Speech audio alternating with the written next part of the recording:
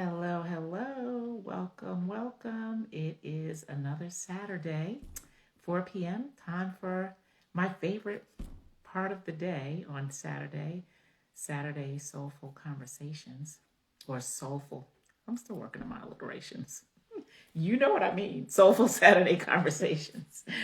For those who have been joining me week after week, thank you so much. I do hope that you are gaining wonderful information. Hello. I see our guest has joined us.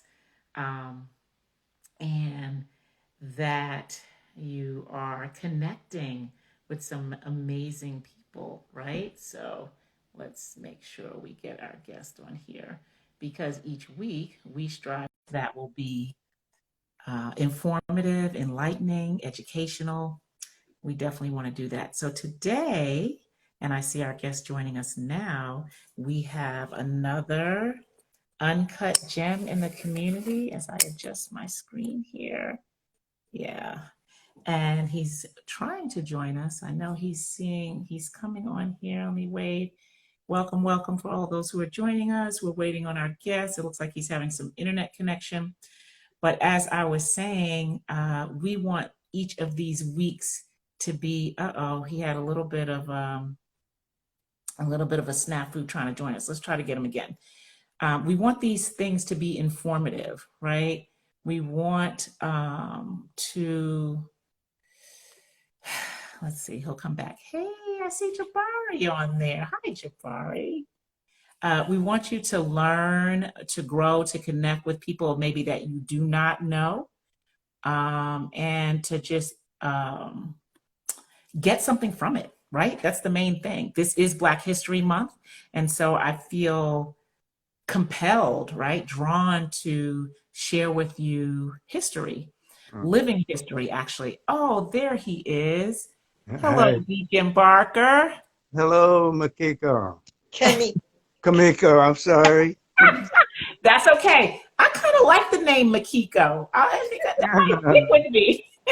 Listen, you cannot make any mistakes with me. I just want you to know that. First of all, thank you so much for joining, right? Number two, I want you to just relax. Don't worry about it. You know, I have the highest respect for my elders, and there's nothing you can do wrong. So even if you call me Makiko, I'm going to take it. I'm going to just say you kind of like reinvented my name, which is what, which is what a scientific mind would do, right? Welcome. We want to welcome those who are just joining us. I am so honored, first of all, to speak with you and excited that you are here because you are, in my mind, and I know everyone who's listening here, you are living history. And I, Deacon Barker, let people know in my community, hi, Anna and Kofi, I see you guys. Welcome, welcome. I let people know that, you know, we talk about history and what that means and what that looks like, but it's rare that we get to experience and connect with those who are living among us still, who have laid groundwork and who have made historical accomplishments. So I want to say that about you first before we even start. In my post, I indicated that you were a father, grandfather, husband, great grandfather. I neglected to say that you are also a deacon of the church, and you were wearing your collar, and I'm like, oh my goodness, should I call him Reverend, Pastor? I'm not sure, but anyway, I know that you are Deacon Barker. So Deacon Barker, thank you. First of all, I know everyone here is excited to hear from you. And the fact that you were a engineer, an aerospace engineer at NASA back in what decade was that? Tell us what decade that was. Early 60s. Early 60s. Now, I was born in 1964. So that means that you were an aerospace engineer when I was just a little baby. Is that correct? That's right. I was hired in 1962. Wow, 19. So tell us I'm fascinated. What was that like? I mean, I imagine that you were a unique person in your field where you were. You had to go through, how many years of school did you go to before you even got to Nassau? Tell us about your background in education. Okay, I flunked the first grade for starters, because I had no really. Uh, I was just kind of foolish, you know. I mean, it was a Catholic school. The nuns thought white nuns thought I was cute and would wink at me. I'd wink back, and and then they ended up flunking me. So I went back to Texas. Uh, that was in Louisiana. I went back to Texas, and my sister and brother were there and staying with our grandparents. And so I started school there in the first grade, and at the age of 8, in the second grade, my mother had gone up to Tacoma, Washington, and got a job, bought a car, bought a house, and moved us up there within a year after she left. And that's where I went through my formative years. For the next 9 years, I was in school in Tacoma and predominantly white school. I don't think there was a half a dozen kids in K through nine, and then in high school, uh, they had the borderline changed the year that I started, and so I was not in the zone that my brother went through. I was in another one where it's mostly again Caucasian. So basically, I grew up with them, studying with them, challenging them, competing with them, and to me, that gave me a pretty good understanding of where I stood. Uh, my stepfather my mother remarried to an Army officer, and he got stationed in Germany when I was in midway through my 12th grade. No, my 11th grade. So I went over to Germany for 1 year, and I read the Army newspaper daily, and the GI Bill was getting ready to end, and I did not see where my stepfather might be, willing or able to put me through college. So I joined the Army before 4 days before the GI Bill ended, and spent the next 3 years in the paratroopers. And that's when Wow. I got out the paratroopers and started college. Uh, had 36 months of GI Bill, uh, and I used my last month, the month I graduated. I got married between my sophomore and junior year, and we immediately started having children. So when I graduated, had a double major. I was taking so many math courses. I said, I'm just going to take all of them, all my electives, math, because I Wow. like math. I like Yeah. it. And so I ended up with a double major, finished with like 154 credit hours, and Wow. played baseball 3 years. Uh, two of those, my last 2 years, I taught freshman mathematics because the department needed 4 student teachers who were Uh-huh. majoring in math and had a B or better average. So I begged my case and got hired as a math teacher, freshman math.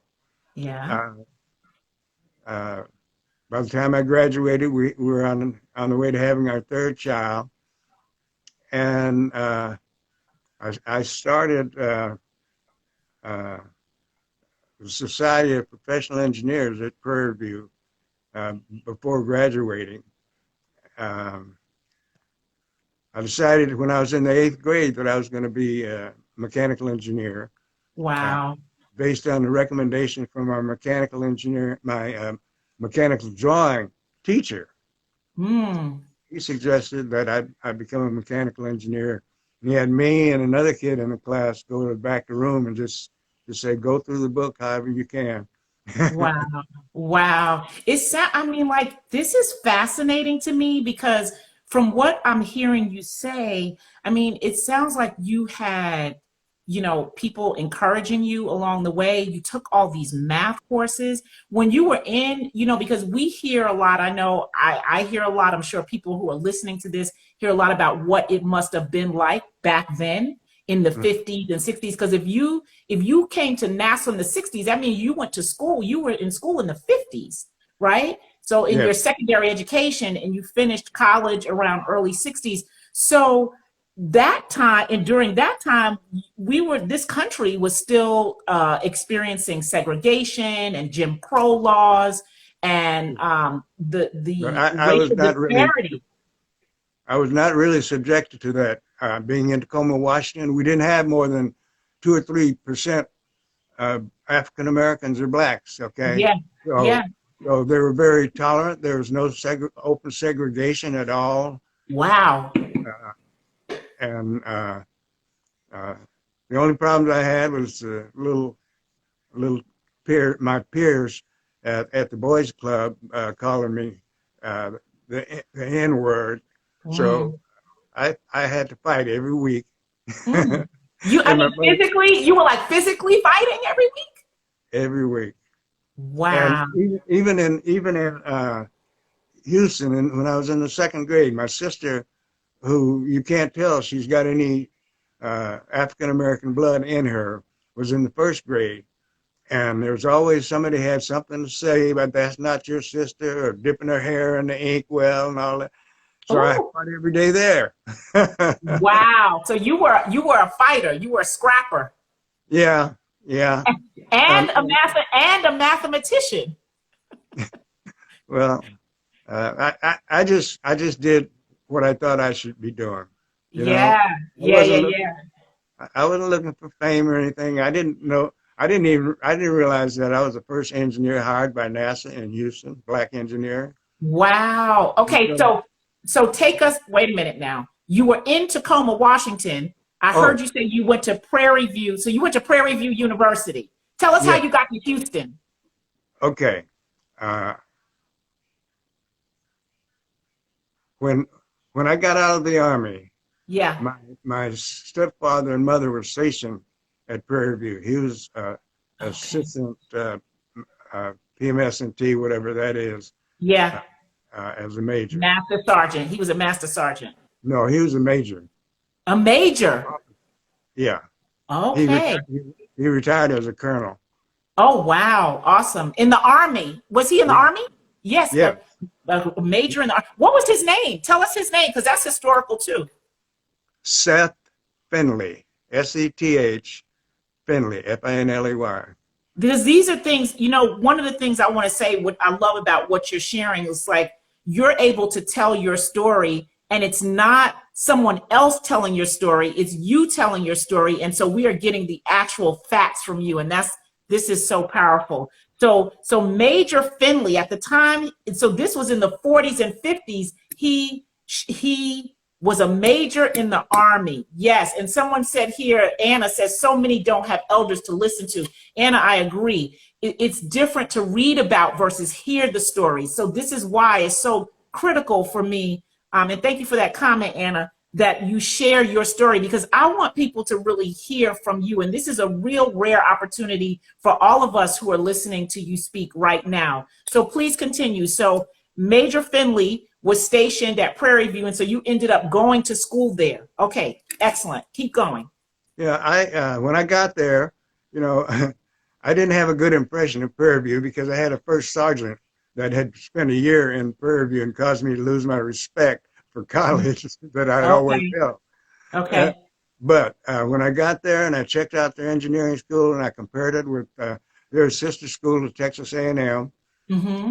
because they were still segregated, and I checked their credentials, and they were like 8 out of 12 for MIT might be a 12, and Texas A&M might be a 10, and Prairie View Mm-hmm. was like 8. So I said that's good enough because I had planned to go to UCLA out in California, but my mother talked me into Wow. staying. Yeah. And 1 year later, they left. They got reassigned to back to Fort Lewis, Washington, and Tacoma. Uh-huh. So, and like I said, I got married, and when I finished, I just we all there were like 35 of us as engineers. And an interesting little story that I tell about it is that we had one young man who's had a 3.6 overall average, Mm-hmm. and I had a 2.7. Mm. And like I said, I was also married, playing baseball, teaching, and work. Before I was teaching, I was working as a janitor on campus. And you had children. And didn't you have children at the time? Yeah, yeah. When I Yeah. graduated, Wow. we had two children and pregnant Yeah. with With the the third. third. Yes. Uh-huh. Oh, we lost the first one. So, Okay. actually, she was pregnant 5 years straight. Wow. Go, Mama. We need to interview Mama next. Yes, yes, yes. Yes. Okay.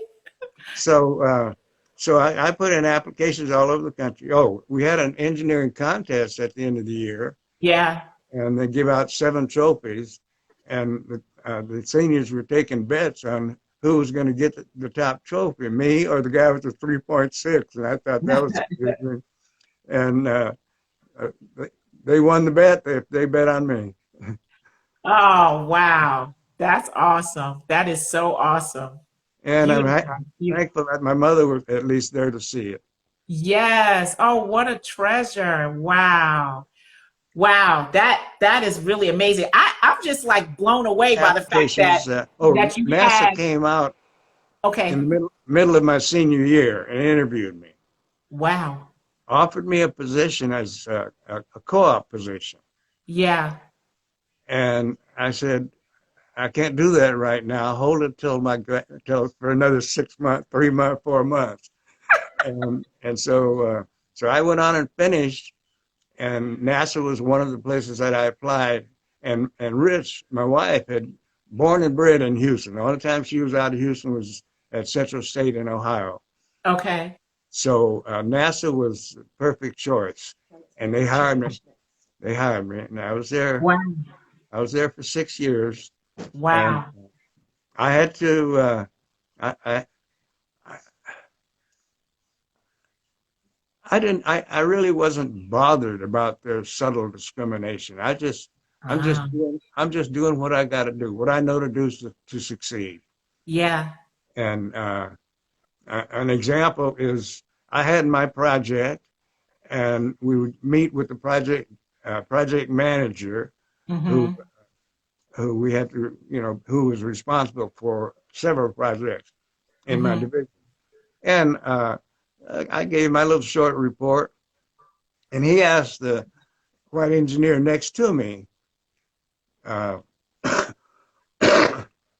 is this accurate? Something like that. Mm-hmm. And I had already established a relationship with this guy. He was finished from LSU, and he had a child, a little early family. So we had been dialoguing, Yeah. and so he just said, "That's his project. He knows more about it than I do." Oh, wow. So even then you had support. That is so interesting to me because again, and to Anna's point, we read about history and things that had happened and were happening during this time. And I know for me, I never really considered that there was somebody like you in the world who really, even though you had discrimination, segregation, Jim Crow happening, you went from Tacoma, Washington to Houston, Texas. And because of I imagine the opportunities you had, the worlds you lived in, the circles you traveled in, it's sort of like these negative experiences really eluded you. You were not immersed into any of these things that is typically highlighted from a historical perspective. Would you agree with that? Yes, yes. The only one of the few incidents I ever really had was when I was 15 years old, Mm-hmm. and took the Greyhound bus to Houston from Tacoma to work with my grandfather, who did yard maintenance. And I'd get off the bus along with everybody else to eat. And Mm. we got to El Paso, Texas, and I got off and walked in the restaurant with everybody else. And uh, I heard spoons dropping and people gasping. Wow. And went to the counter to order, and the lady took my order, and but told me I had to stand in this little caged-in area where they keep the trash cans. And What? so I walked out there, checked that out, and there was a black man sitting on a trash can eating his hamburger or whatever. And I just kept going. I went back, sat on the bus, and didn't eat for the next 24 hours when I got to my grandmother's house. Wow. Wow. So I'm curious though, when you got on that Greyhound bus, you got on in Washington. In Is that Tacoma, yeah. correct? Mm-hmm. Yeah. So when you got on in Washington, you did not have to sit in a certain place on the bus. You could sit anywhere No, you wanted to. no, no. As a matter of Wow. fact, as a matter of fact, I rode to rode to high school on a bus in Tacoma from when time I was 15, 16, Mm-hmm. and could sit anywhere I wanted. Uh, but I was also very popular in school. Mm-hmm. I played four sports, uh, Mm-hmm. and and was very visible. Mm. And you know, one of their favorite expressions with me is, "Well, you're different." I know a lot of people have heard that one. Well, you're Yeah. so I got to NASA, and after 3 years, I got for the first 3 years I got my promotions right along with everybody else. Okay, just Mm-hmm. like I would expect. Right. Uh, but when I reached that third promotion, I started off as GS7, went to GS9 in a year, went to GS11 within a year or two, and that's when it stopped. So after my third year there, I've been through this Gemini project. Uh-oh. Did we lose you? Oh gosh. It looks like the Wi-Fi is struggling. Oh my goodness. Okay, I see you back now. Wonderful. Yeah, I had a project with Mm-hmm. Gemini Okay, they lost. spacecraft program. Hold on. Oh, okay. They Okay, lost. so okay, yeah, we're trying. Okay, your camera's good. So you were on the Gemini space project. Go ahead. Yeah, and I finished that project in 1965 when Okay. right around June. Okay. And June of 1965 was the first astronaut to walk in space. I helped train him about Wow. the use of my equipment and Wow. had fixed a couple of bugs that the contractor. And Uh, that was that the picture that with you with the astronaut there? He was all fully in uniform and had the helmet. That was that picture of the Gemini space project. yes, that was Yeah. astronaut John Young, and Yes. and incidentally, he was a graduate of Georgia Tech right here in Atlanta. Wow. Wow. Some more just dropping all kind of historical facts on us. Go ahead. Keep talking. I can listen to you all. I tell you what, just keep going. Go ahead.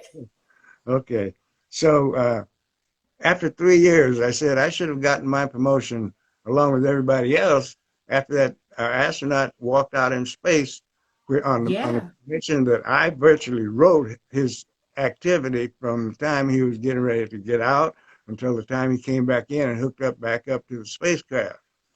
I Wow. read the article. I was in California on that day, and the next day I read the article, and it was virtually what I had written up. But uh, for another year, I saw them getting their promotions, but not me. So Wow. I started taking statistics. There were when I started, there were only two blacks out of over 3,000 people out there. There were only 2 blacks. Both of them had been transferred from other locations. One was a Harvard graduate in finance. The other was a chemist with a critical MOS. And that was it. There were no more. I made it a point to, when they started hiring, pretty soon, after a while, they I think before the 3 years period, they hired one of my classmates. Mm. And then they hired one of my professors. Wow. So, I felt like I was kind of paving the way Mm-hmm. through my abilities. Mm-hmm. Uh, And you were. yeah, yeah. You were. You really were. And when I first got assigned to an office with the other workers, I was accustomed to saying good morning to everybody when I get up, or first time I see them in the morning, Right. and it was just my habit. So I would walk in the office and say good morning, and there was just complete silence, complete silence. So that Mm-hmm. went on for a while, but knowing them as well as I did, and we were in Houston, but and it's still segregation. But when I would walk in, there was a metal wall locker right at the door. Instead of saying good morning, I would just slap the wall locker, and make a loud sound. Wow. Let them So know I so was what here. was so I'm curious now that you say that, just in terms of your work environment, right? Like, if that's what you dealt with when you came in, you would say good morning. It's reminding me of the movie Hidden Figures, when when the women were in the different areas or the facilities and working on their different projects, people wouldn't speak and things like that. So what was your like work day like? Like, were you able to, like, people didn't speak to you in the morning, so did you eat lunch with people? Did you were you mostly on your own when you went into the office? What was that experience like? Well, first of all, I was pretty much on my own all through life. Mm, I just wow. my mother never had much to tell me, to correct me about, or anything like that. Uh, I, I was just gifted in life by God, Yes. and He was holding my hand, taking me through all this before I even knew anything about it. And Wow. at any rate, uh,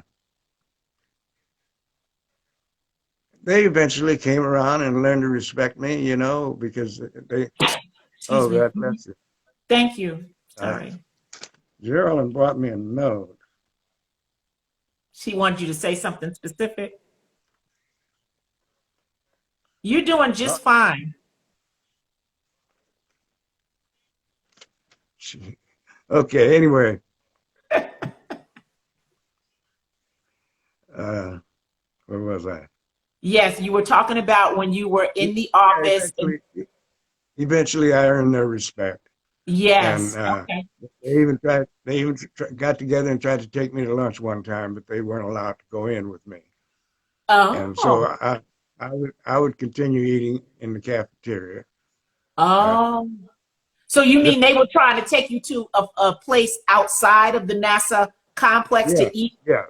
but they weren't allowed to, you all weren't allowed to eat together, is what you're saying? I wasn't allowed in there. You weren't allowed to go into the place. No. Wow. What did that feel like, Mr. Barker? I mean, Deacon Barker, I'm sorry. Knowing or living through that experience, right? And no, and that has a certain feeling, like, to, with all of your education and your abilities, and you taught people math, you played 4 sports, you graduated from college, you worked at NASA, and then you were denied access into a facility. Having lived through that, and now in where we're living right now, can you just talk a little bit about what that feels like? Right, it almost feels like literally you're walking through time, and so things are a certain way, and then you actually witness the evolution of the actual changes that we as Black people have experienced. And now you get to live in this time where there is no place that people are going to say you can't come in here because you are a Black man. What is Mhm. that like? It didn't bother me. It didn't bother you. No, my attitude was these are just small people, and I'm bigger Mm, than that.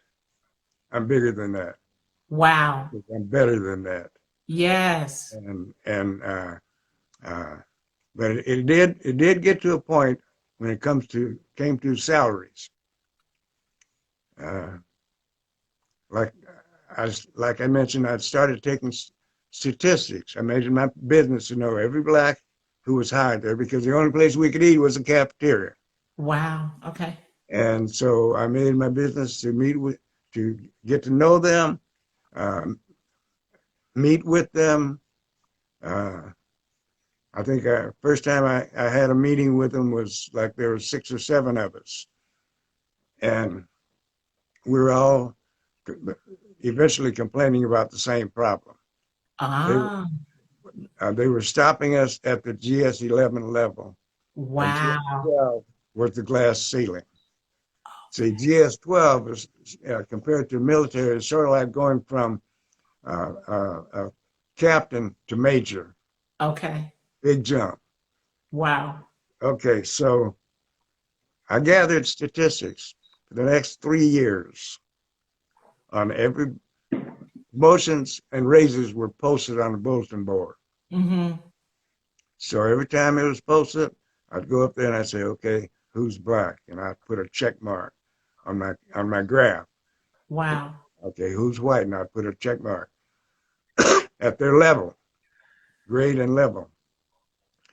After doing that for 3 years, there were about 30 or 35 Blacks that had been hired by them. That was at I guess the 5 year level of my stay with NASA, Right.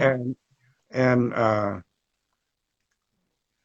so we were meeting on a regular basis, uh, 25, 30, 35 of us, and everybody made these big serious commitments about what they were going to do. They were going to write congressmen, write the city council, all this stuff. Mm-hmm. And I was just gathering statistics. So after 3 years, nobody had done anything.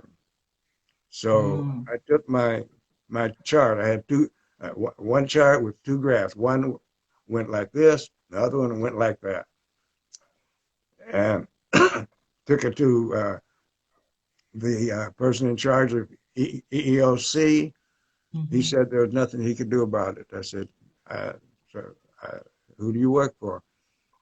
He said, I work for the personnel manager. I made an appointment with the personnel manager. He said, there's nothing I can do about it. I'm aware of it. There's nothing I can do about it. And this is the personnel manager for all of NASA in Houston. Wow. So, and I anticipated that, uh, being the smart aleck that I was.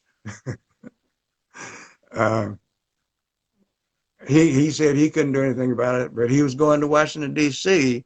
and could schedule an appointment with me with the all of NASA EEOC person. Right. I said, "Oh, that'll work. And while you're up there, would you pass out these 2 applications I filled out? Maybe somebody up there would be interested in hiring me." Wow. And Wow. Yeah. and So so what came of that? What came of that experience?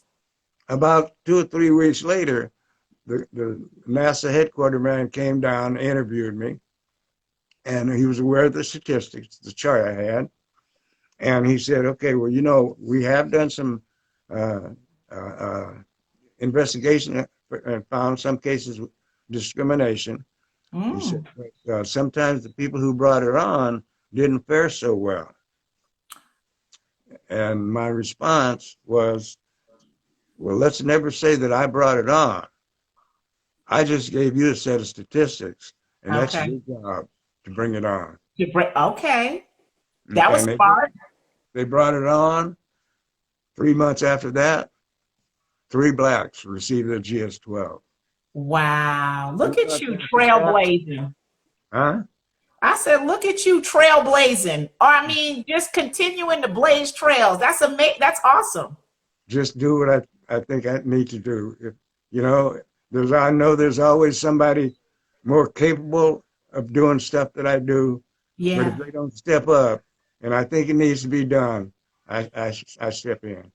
Well, that wow. I mean, like that is what a lesson. I mean, I would say that as we wrap up this conversation, first of all, I want to say thank you once again. This was fascinating. I could talk to you.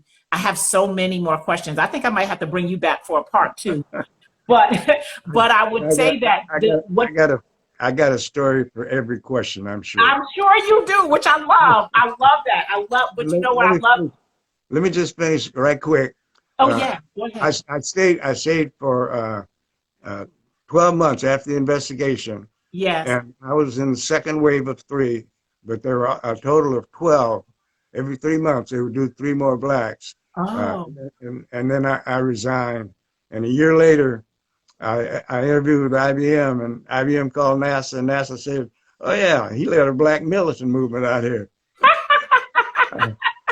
Uh, IBM started me working the next day. Oh, wow. That's awesome. Wow. Well, I mean, what a story. I definitely am going to have you back for part two of this conversation. I will say that what you shared as you were telling that story just towards the end about you, when you see something that needs to be done, you just do it. I love that. I think that's a great takeaway. And for those who are listening, for young people, for all of us to take that mantra and go with that. When you know that something needs to be done, you know something's not right, to do something about it. So I think that's a fantastic example, a living example of how you laid the groundwork for others to come behind you, right? So it wasn't not just for yourself, not selfishly motivated, but what an impact it had on those coming behind you. And even today, because I'm sure NASA looks very different today than it did back when you started, you being the first Black aerospace engineer in Houston. That's just amazing. So Deacon Barker, I want to say thank you. I don't know if anyone has any questions you want to post in here for Deacon Barker. You can post them now. Can I take a second to see if I can read this note that Geraldine left me? Oh yeah, of course. Please. You have, I mean, you are the elder. I'm gonna you go right ahead and read the note. Let's see what Geraldine has for you. And for those who are listening, Geraldine is his daughter, right? Who Oh, she was gracious enough to get help have you coordinate this effort so that I could speak to you. So I do want to say thank you to Geraldine for making the coordination, the connection, even the suggestion that I talk with you, because it really was her suggestion. Because I was sharing with her, it's Black History Month. I want to talk to people about, who are current day history makers, and it would be a beautiful thing to speak to somebody who actually is living, who made, some historical achievement in the past. And of course, you being her dad, she thought about you, and I thought that was a wonderful idea. So I do want to say thank you for that. Please share with us, if you like, what the note said, please. oh, she said, be sure and tell them about the job promotions at NASA. Oh, well, you did, and listen. Tell Geraldine that you know how to hold this conversation down. You did perfect. You did just fine. You gave us you answered all my questions. I loved the stories that you shared and how you were able to convey that period of time in history for us. So I really appreciate you for that. And you did an amazing job. So I hope that this is inspirational, particularly for those young people who are in fields of STEM, the science, the technology, the engineering, the mathematics. You're a living example. So if people want to find out more about you, I know they can just reach out to me, and I'll make sure that they get get connected to you.